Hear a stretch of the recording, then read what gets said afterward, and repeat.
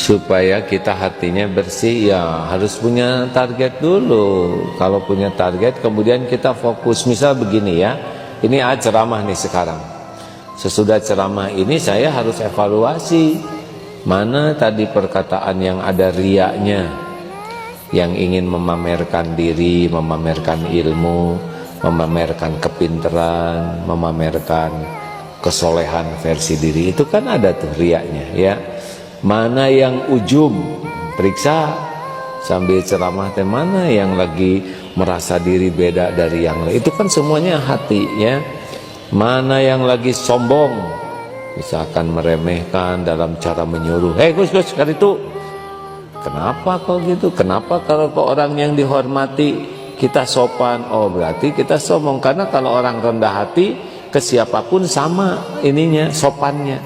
Tapi kalau orang yang sombong, sopannya hanya kepada orang yang dia dia anggap lebih tinggi dari dia.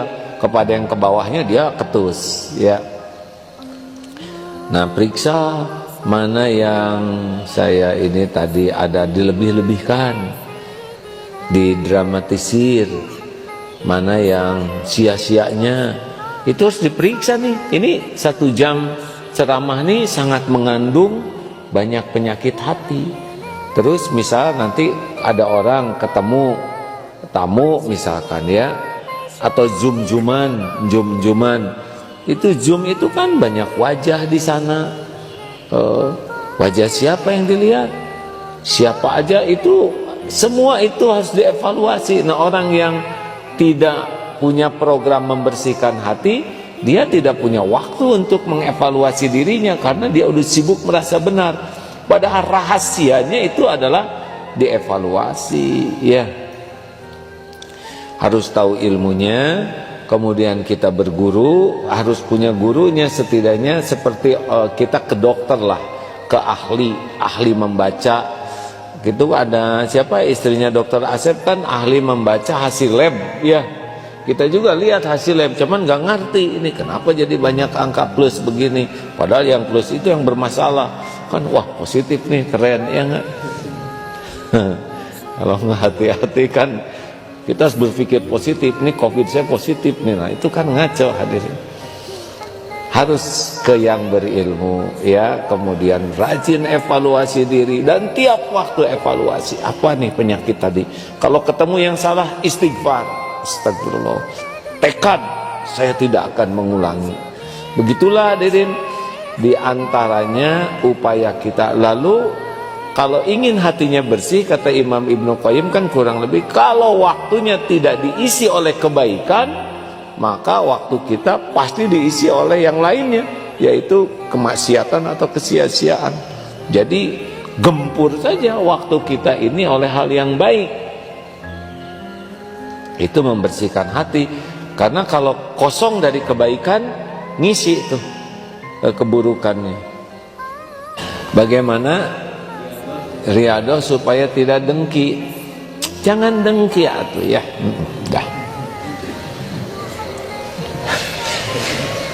Dengki itu dia yang zolim, dia yang nelangsa. Jadi dengkinya kita ke seseorang tidak akan merubah apa yang Allah tetapkan kepada orang yang didengki. Halo?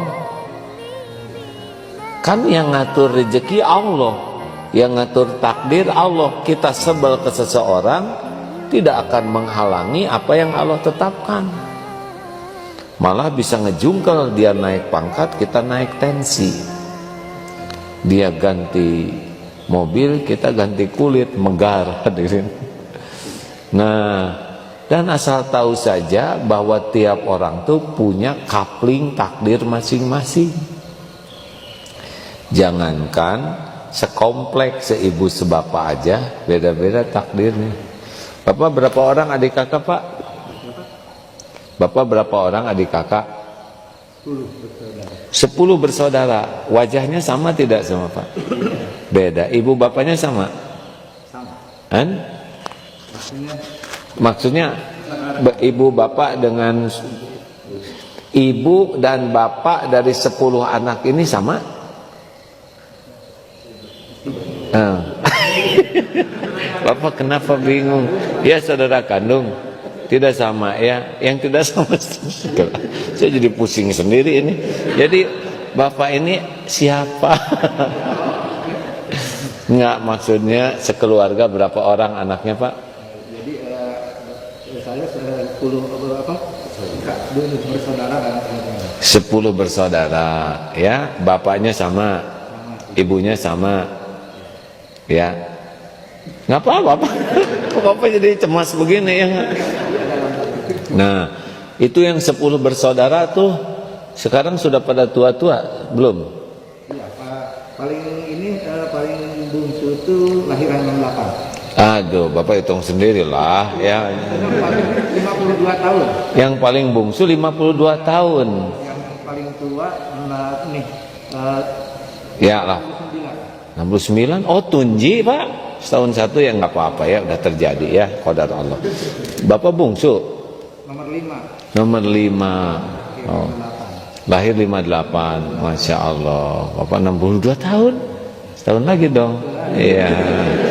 Iya 63 maksudnya. Baik, beda-beda Pak rezekinya? Beda-beda. Profesinya beda-beda? Iya, jodohnya beda-beda? Pasti ya. Kemudian bentuk badannya beda-beda? Beda. Bakatnya beda-beda? Kalau lebaran tuh bisa kelihatan beda-beda ya kalau lagi ngumpul.